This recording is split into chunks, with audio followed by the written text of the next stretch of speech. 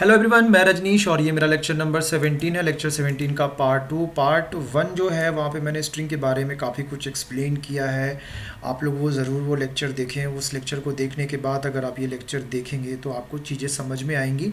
वहाँ पे लेक्चर 1 में मैंने एक चीज़ यूज़ किया था, एक टर्म यूज़ किया। स्ट्रिंग जो है वो इम्यूटेबल होता है, यानी कि आप स्ट्रिंग को एक बार अगर इनिशियलाइज़ कर दिए तो आप उसे चेंज नहीं कर सकते। ओके, तो जैसे कि मैंने यहाँ पे लिखा कि name equals to Mohan is a good boy, तो अगर आप नेम ऑफ ज़ीरो यानी कि ज़ीरो पोजीशन में जो कैरेक्टर मेरा एम स्टोर है, अगर आप उसको चेंज करने की कोशिश करेंगे तो आपको मिल जाएगा क्या, एरर मिल जाएगा। क्लियर?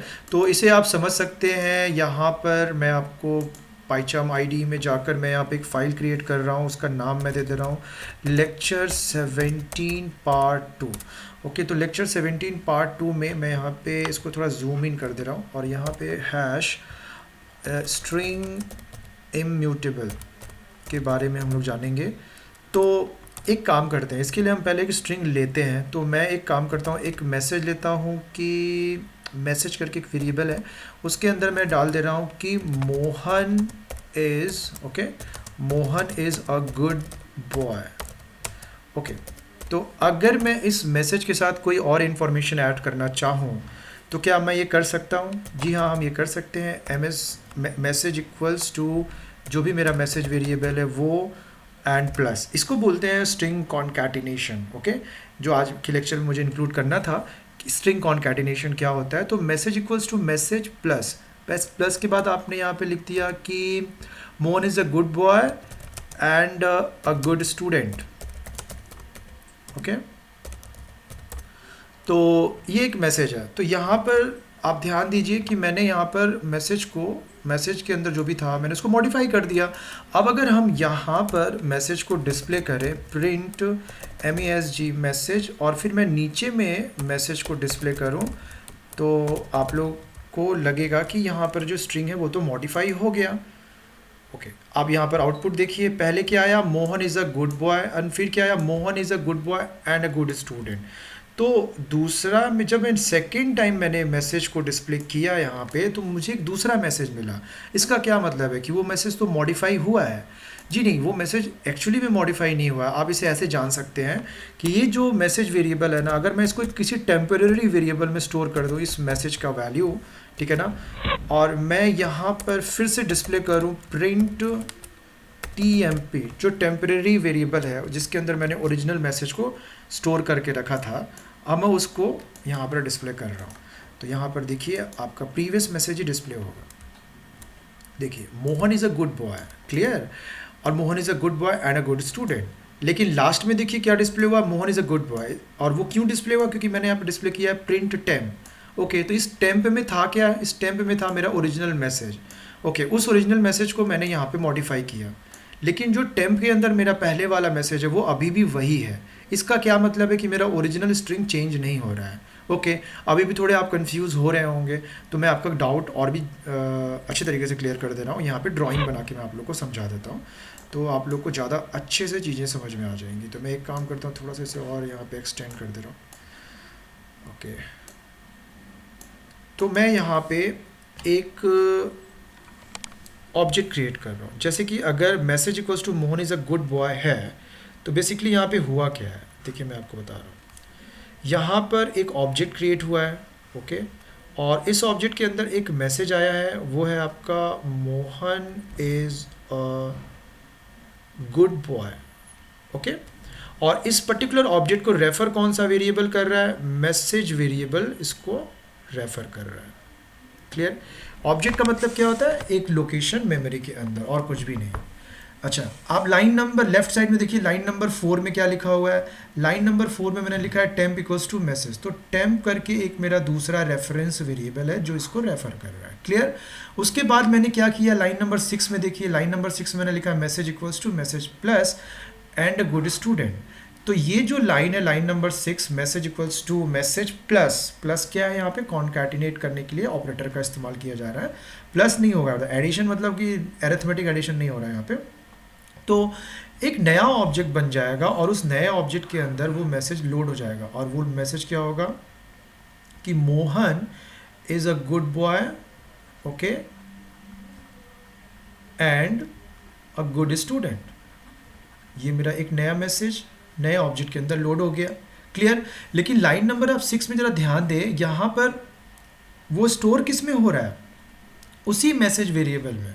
ओके, तो उसी मैसेज वेरिएबल में होने का मतलब क्या है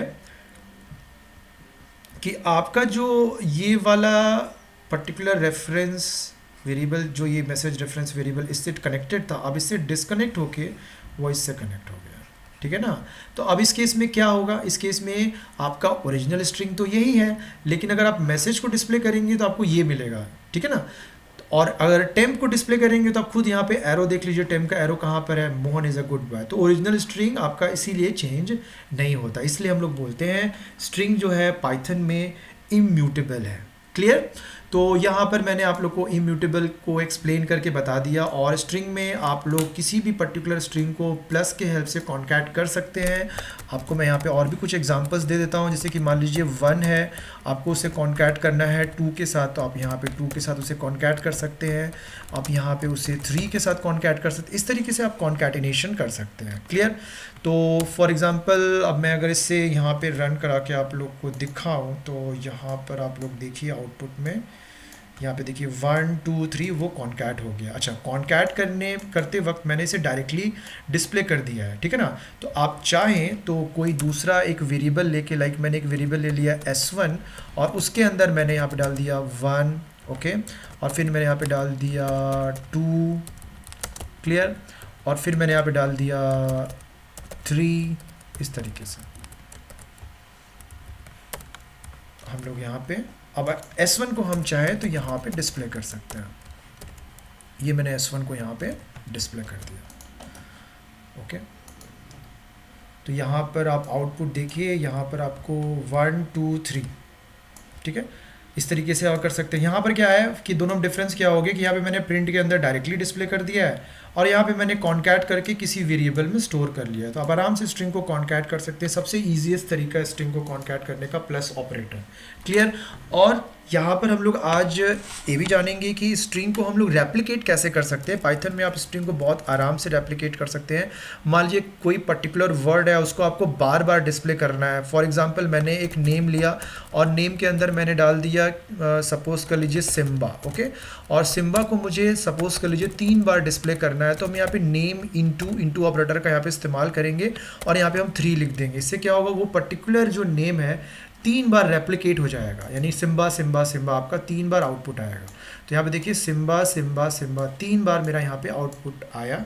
इस तरीके से आप इनटू ऑपरेटर का इस्तेमाल करके किसी पर्टिकुलर स्ट्रिंग को आप रेप्लिकेट कर सकते हैं। ये basically predict the output type के जो क्वेश्चंस होते हैं उसमें इसका यूज़ हो जाता है। यूनिवर्सिटी टाइप के जो यूनिवर्सिटी के एग्ज़ाम्स होते हैं वहाँ पर, क्लियर। तो ये चीज़ सारी इन्फॉर्मेशन मैंने आपको दे दी। और आज का जो लास्ट टॉपिक है वो हम लोग ये जानेंगे कि पाइथन के हेल्प से हम लोग फॉर्मेटेड डिस्प्ले कैसे कर सकते हैं, मतलब जैसे हम लोग सी लैंग्वेज में करते हैं उस तरीके से हम कैसे डिस्प्ले कर सकते हैं। तो यहाँ पे इसको समझने के लिए मान लीजिए मैंने एक वेरिएबल लिया नेम और नेम के अंदर मैंने डाल दिया मोहन, ओके, और फिर मैंने इसका एज डाल दिया मैंने इसका 27 और मैंने इसकी सैलरी डाल दी 50,000, ओके। तो मुझे इसे मान लीजिए डिस्प्ले करना है, तो हम एक लाइन में बहुत आराम से इसे डिस्प्ले कर सकते हैं। आपको करना क्या होगा, यहाँ पे देखिए मैं यहाँ पे मैं लिख रहा हूँ, आप लोग एकदम ध्यान से देखिएगा। My name is Mohan, Mohan की जगह मैं लिख दूंगा परसेंटाइल S या modulo S। My name is Mohan and age is percentile D या मॉड्यूलो D, ओके। देखिए आप सोच रहे होंगे कि मैं तो यहाँ पे नेम डिस्प्ले ही नहीं कर रहा हूँ, मैंने ये क्या कर दिया, परसेंटाइल S के ऊपर लिख दिया। परसेंटाइल S लिखा जाता है स्ट्रिंग के लिए और इंटीजर के लिए परसेंटाइल D, और मान लीजिए सैलरी इसका 0 में है 50,000.0 और सैलरी मतलब फ्लोट, यहाँ पे फ्लोट वैल्यू है। तो my name is this and age is this and salary is what, percentile F। अब मुझे क्या करना है, इसे मुझे डिस्प्ले करना है। तो अगर मैं ऐसे डायरेक्टली लिख दूंगा तो मुझे तो कुछ भी नहीं मिलेगा। यहाँ पे देखिए आपको आउटपुट में यहाँ पे सिर्फ परसेंटाइल लिखा हुआ आ जाएगा, ये देखिए। तो मुझे यहाँ पे वैल्यू इंसर्ट करना है ना, ये जो है ना यहाँ पर मुझे वैल्यू चाहिए। तो उसके लिए मुझे क्या करना होगा, यहाँ पर जाकर सिंपली आपको परसेंटाइल लिखना है और ब्रैकेट के अंदर जाके वो सारे वैल्यूज़ डाल देने हैं। लाइक आपको यहाँ पे नेम डाल देना है, आपको यहाँ पे डाल देना है एज, आपको यहाँ पे डाल देना है सैलरी। ओके, अब मैं अगर इसे डिस्प्ले करूँ तो आप यहाँ पर आउटपुट देखिए, तो जो मैंने यहाँ पे नेम डाला है वो किसके साथ रिप्लेस हो गया, परसेंटाइल एस के साथ। ये जो एज है वो यहाँ पर परसेंटाइल डी के साथ रिप्लेस हो गया। ये जो सैलरी है वो परसेंटाइल एफ के साथ रिप्लेस हो गया। और आपको क्या मिला यहाँ पे, my name is Mohan and age is 27 and salary is 50,000। तो ये सारे इन्फॉर्मेशन मैंने आपको जो दिए हैं, इसका आप लोग को प्रैक्टिस भी करना पड़ेगा। प्रैक्टिस नहीं करेंगे तो नहीं समझ में आएगा। आज के इस लेक्चर में इतना ही। नेक्स्ट लेक्चर में हम लोग नेक्स्ट टॉपिक के साथ मिलेंगे। अगर आपको ये लेक्चर मुझे अच्छा लगा है तो आप लाइक ज़रूर करिएगा, वीडियो को शेयर करिए अपने दोस्तों में, ताकि उन्हें भी ये लेक्चर मिले और उनको भी इसका बेनिफिट मिल सके। आज के इस लेक्चर में इतना ही, मिलते हैं नेक्स्ट वीडियो में, तब तक के लिए बाय बाय।